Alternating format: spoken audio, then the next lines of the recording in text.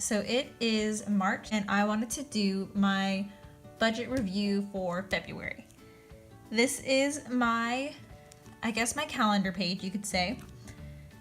Everything has been checked off, which means all bills were paid and we're good to go here.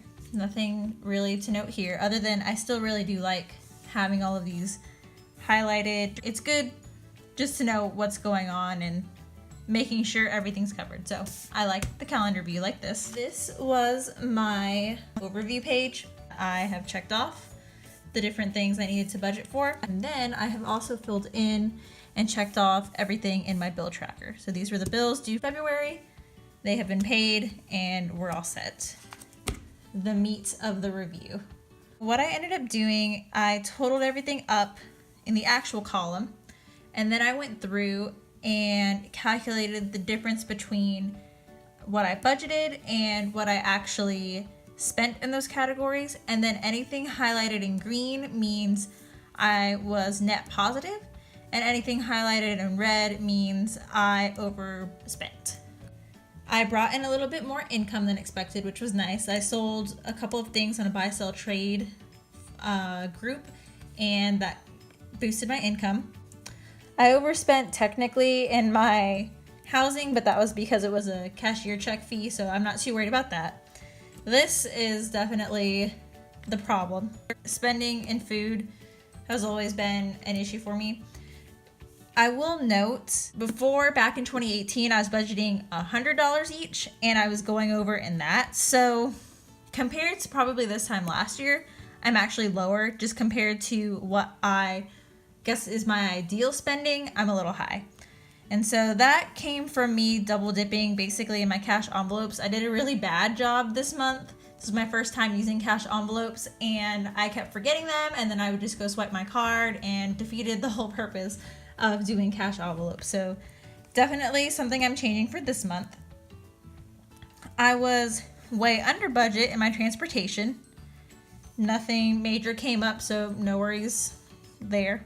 I was a little bit over in my lifestyle category, and that was because my miscellaneous spending. And again, the kind of issue was I had taken out a cash envelope, but most of my miscellaneous spending happens online, like Amazon, eBay, buy-sell trade groups. So having a cash envelope actually didn't really help with my miscellaneous spending because everything was online. So I am brainstorming how to fix that. I was over budget on my gym programming. That was due to like an international fee charge, and I switched something, so I'm not concerned there. I was under in my doctor, dentist areas, and supplements. I didn't buy anything. And then I was technically over in all of my giving areas, but these were just kind of like fees I didn't account for, so nothing major. And then this difference, this actually just came, I had sinking funds available, so I'm not really over in that sense. I also don't really feel bad for going over and giving because I want to give more, and I want to make a space for that in my budget. So I was over, but it was still only like 2 or 3% of my spending, which I'll show you. So I'm not concerned there. This page, all sorts of weird. I spent so many hours calculating, trying to get these things to add up, and they just were not working. That's why this area is blank.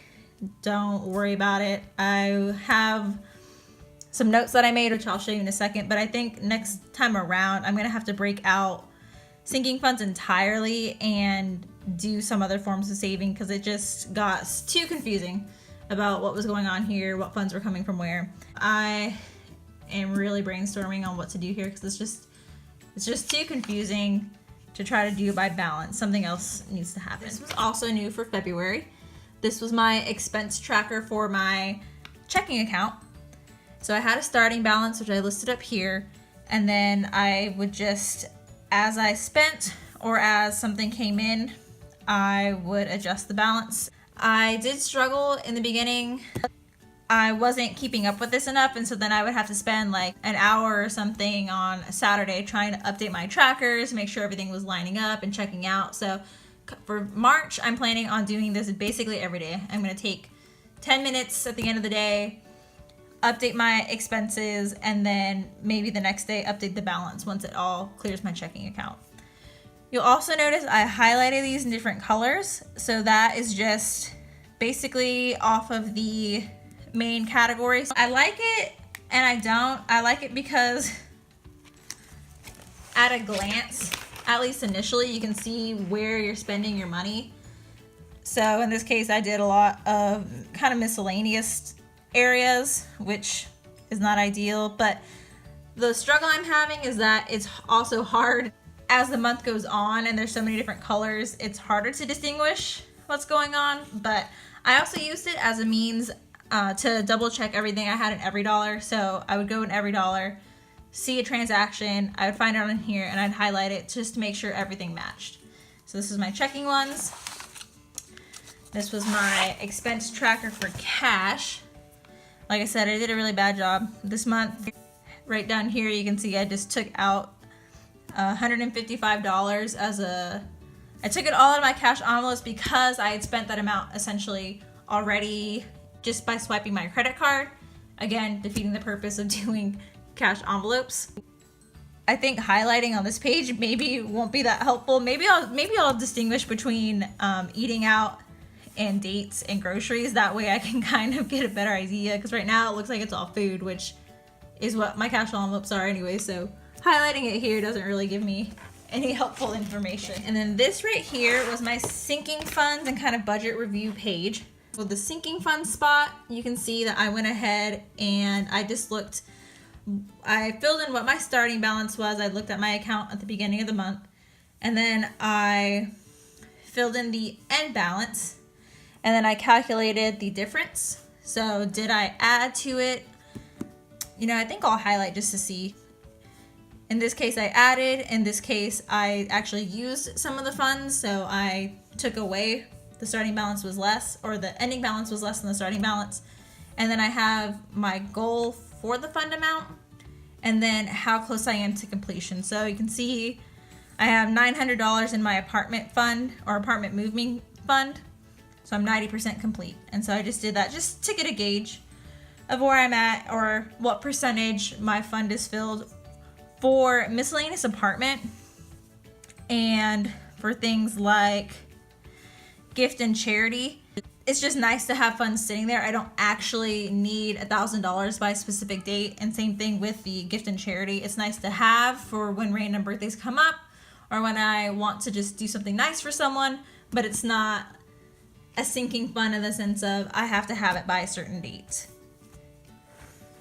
Then I also have the February review, and this again was so frustrating trying to get everything to add up. The sinking funds, so I wrote it down here actually. Add sinking funds category to budget review. So I want to actually break out in here, have another line that separates my sinking funds from my savings in a way. I want those to be pulled out from my general savings, because this is more like goal-oriented savings versus like rollover savings, if that makes sense, because it caused so much confusion. When I tell you I spent hours trying to balance the staying budget, I really truly spent hours. It was honestly kind of ridiculous. I was reaching the point where I was going to record this video and tell you guys, if your budget is off by like $5 or $10 or a couple cents like it was another time when I ran all these calculations, if you're off by a little bit, sometimes it's not worth trying to find those couple cents. You know, move on. You get the broad picture and the whole snapshot and context of your budget, things are on point. But I think by breaking out those sinking funds categories, I think that was causing all of my problems, all the confusion, especially because I used sinking funds this month. Typically, if I budget $50 for giving, I'll spend $30. And so I don't dip into the fund, but I did dip into funds this time around in, let's see, miscellaneous apartment and giving. So that just threw everything off. But anyways, as for my budget review, I have a budgeted, actual, and then I compare my actual to last month to get a difference. And then I said the percent change. So I did it for my income. And my income was, it looks like it was really high or really up this month, and that's because of the tax refund I got, which isn't you know, the norm. And then I did the same thing for all of my budgeted categories.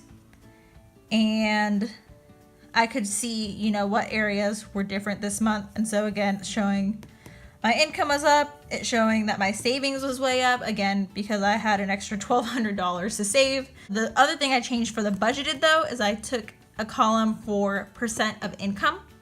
And so I'm using that just to see, okay, my housing ended up, yeah, it was over budget a tiny bit and it increased from last month, but it was still only 12%. And same thing with like my food, me beating myself up about going over budget, still only 6% of my income. It's actually a little bit higher. It's that the tax refund is throwing everything off, but in the grand scheme of things, I'm doing fine here. And then at the end, you can see savings was 65% of my income was saved.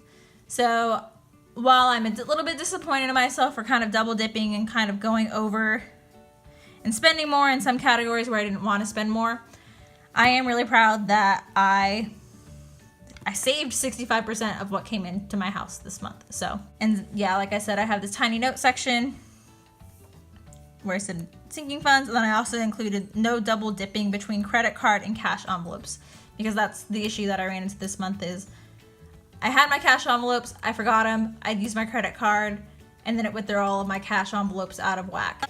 And then last but not least, I have my February net worth. I use the Mint like online app. It syncs all my accounts together, and so it actually gives me the breakdown, and it even gives me an estimation of the value of my car, which is really helpful because I am kind of clueless there.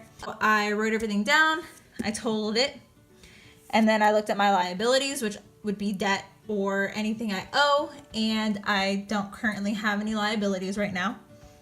So I did assets minus liabilities equals my net worth. So in this case, my assets is my net worth. And then at the bottom here, I compared it to last month. So January and February. And then I calculated the percentage change, and it shows that my net worth increased by 13% this month, which kind of sounds like a lot actually, but that's how it breaks down. And then, so why is this space blank? That's because I'm gonna go ahead and print out what I did last month, which is, again, it's from the Mint app. You can print out this little pie chart. I'm gonna do that for February, post it in here. I don't know, I just think it's kind of cool to see in visual form as well as numbers how everything is breaking down. But that is it for my February budget review. But I'm just so glad this budget is closed out. February was a good month. Even though it was really frustrating to balance it at the end, I learned a lot about myself and about my spending, and I'm excited to implement it coming March.